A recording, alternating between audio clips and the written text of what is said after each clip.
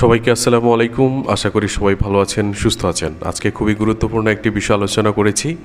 ইতিমধ্যে আজকের টপিকের মূল যে বিষয়গুলো সেটা আপনারা ভিডিও থাম্বনেইল দেখে বুঝতে পেরেছেন। ওকে, ইসলামী ব্যাংক বাংলাদেশ পিএলসি তারা নতুন করে মোবাইল ব্যাংকিং সিস্টেম চালু করতে যাচ্ছে, যেটা হচ্ছে এম ক্যাশ নামে পরিচিত। আপনারা জানেন যে আমাদের মোবাইল ব্যাংকিংয়ের মধ্যে বিকাশ, নগদ, রকেট এবং ইত্যাদি মোবাইল ব্যাংকিং সেবা চালু রয়েছে। তার পরিপ্রেক্ষিতে আজকে আমরা দেখব যারা ইসলামী ব্যাংকের এম ক্যাশ এজেন্ট ব্যবসা শুরু করতে চান, আজকে আপনাদের জন্য বিস্তারিত বিষয়গুলো আলোচনা করব।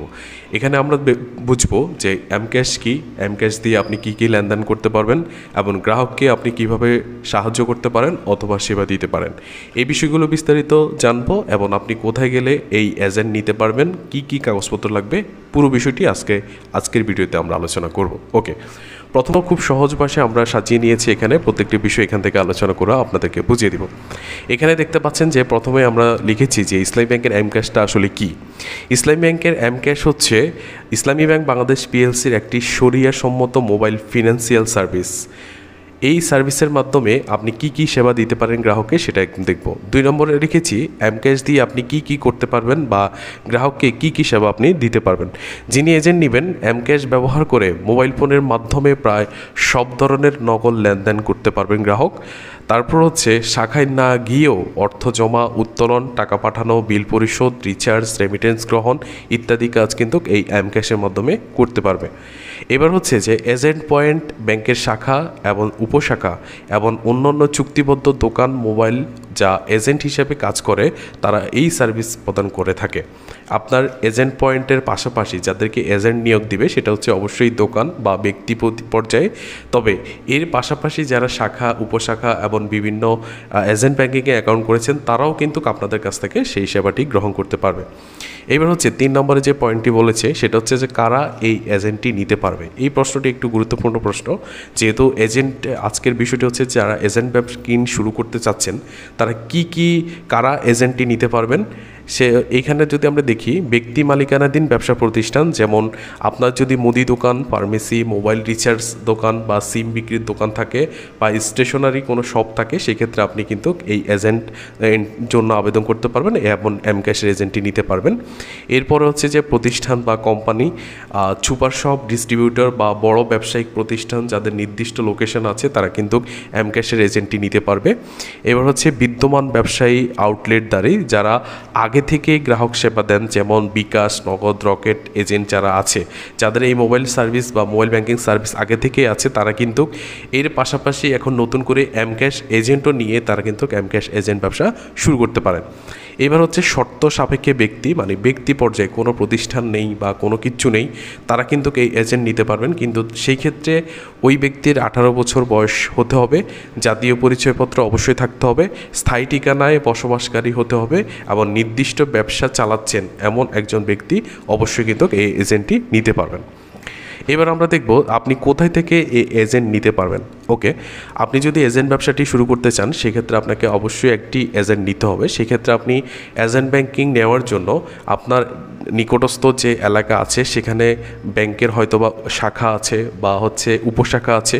যাদের উপশাখাও নেই সেখানে শুধুমাত্র এজেন্ট পয়েন্ট আছে, মানে এজেন্ট ব্যাংকিং আছে, আপনি চাইলে সেই এজেন্ট ব্যাংকিং থেকেও কিন্তু এই সেবাটি নিতে পারেন বা এজেন্ট ব্যাংকিং থেকে আপনি কিন্তু এজেন্ট খুলে নিতে পারেন, আপনার এম ক্যাশ এজেন্টটি খুলে নিতে পারেন।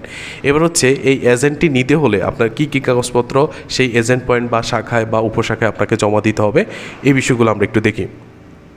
এজেন্ট নিতে হলে আপনাকে কী কী কাগজপত্র দিতে হবে। প্রথম হচ্ছে যে জাতীয় পরিচয়পত্র ফটোকপি, সেটা হচ্ছে এজেন্টের 1 কপি, পাসপোর্ট সাইজের ছবি, অবশ্যই এজেন্টের সদ্য তোলা হতে হবে। আর এজেন্ট যাকে নমিনি হিসেবে নিয়োগ দিবে বা নমিনি হিসেবে রাখবে, নমিনির পরিচয়পত্র ফটোকপি অথবা হচ্ছে জন্মসনদ, দুইটার যে কোনো একটা কিন্তু অবশ্যই দিতে হবে। আর জন্ম নিবন্ধনের ক্ষেত্রে একটা বিষয় অবশ্যই মাথায় রাখবেন, এই জন্ম নিবন্ধনটিকে কিন্তু অবশ্যই সত্যায়িত করতে হবে। জন্ম নিবন্ধনের ডান পাশে উপরে একটা ছবি যুক্ত করে সেই জন্মসনদ যে পরিষদের মাধ্যমে সত্যায়িত হয়েছে বা তৈরি করা হয়েছে সেখানকার চেয়ারম্যান বা হচ্ছে যারা পৌরসভায় আছেন সেখানকার কাউন্সিলের মাধ্যমে একটা সিল স্বাক্ষর নিয়ে সেটা সত্যায়িত করে জমা দিতে হবে। আর নমিনির 1 কপি সদ্য তোলা পাসপোর্ট সাইজের ছবি প্রয়োজন হবে।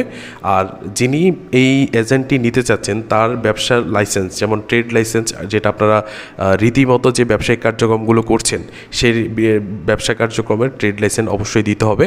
আর কিছু ক্ষেত্রে ব্যবসা দেখবেন যে সমিতির আন্ডারে রয়েছে, যেমন ঢাকায় বা চিটাঙে যে সমিতির আন্ডারে যে ব্যবসা প্রতিষ্ঠানগুলো রয়েছে সেই ব্যবসা প্রতিষ্ঠানের মেম্বারশিপ যে সনদটি, সেই সনদটি কিন্তু আপনাকে জমা দিতে হবে।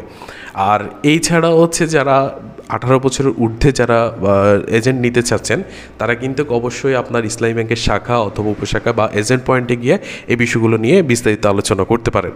এবার আরেকটি বিষয় আপনাদেরকে বলি, এজেন্টে অনেকে হয়তো বলতে পারেন যে এটা হচ্ছে যে নতুন করে একটি ব্যবসা বা এমকেসের চাহিদা কেমন হবে। যেহেতু আপনাকে একটা বিষয় বুঝতে হবে, যেমন হচ্ছে ইসলামী ব্যাংকের যেহেতু অনেকগুলো শাখা উপশাখা এবং এজেন্ট ব্যাংকিং রয়েছে, রীতিমতো এজেন্ট ব্যাংকিং সিস্টেমের মাধ্যমে কিন্তু এক প্রান্ত থেকে অন্য প্রান্তে টাকা পাঠানো যাচ্ছে।